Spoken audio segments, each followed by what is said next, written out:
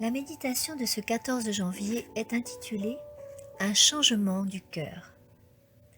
Repentez-vous donc et convertissez-vous pour que vos péchés soient effacés, afin que des temps de rafraîchissement viennent de la part du Seigneur. Acte 3, 19 à 20. Pour être sauvés, nous devons faire l'expérience de ce qu'est la véritable conversion. Des hommes et des femmes commettent une grave erreur en affirmant chaque jour être chrétiens, alors qu'ils ne sont pourtant pas dignes d'en porter le nom. Aux yeux de Dieu, les déclarations et les opinions ne comptent pas.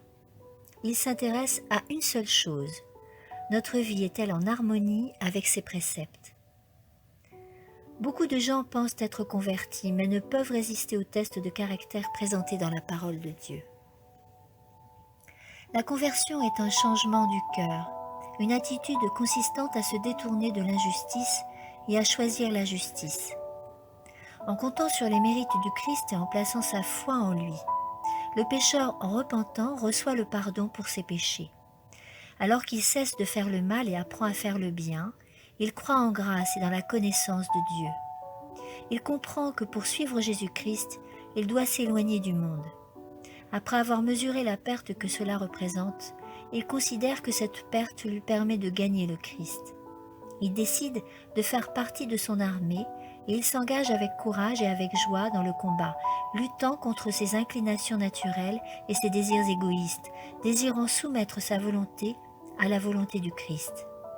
Il recherche chaque jour la grâce du Seigneur et il reçoit force et soutien de sa part.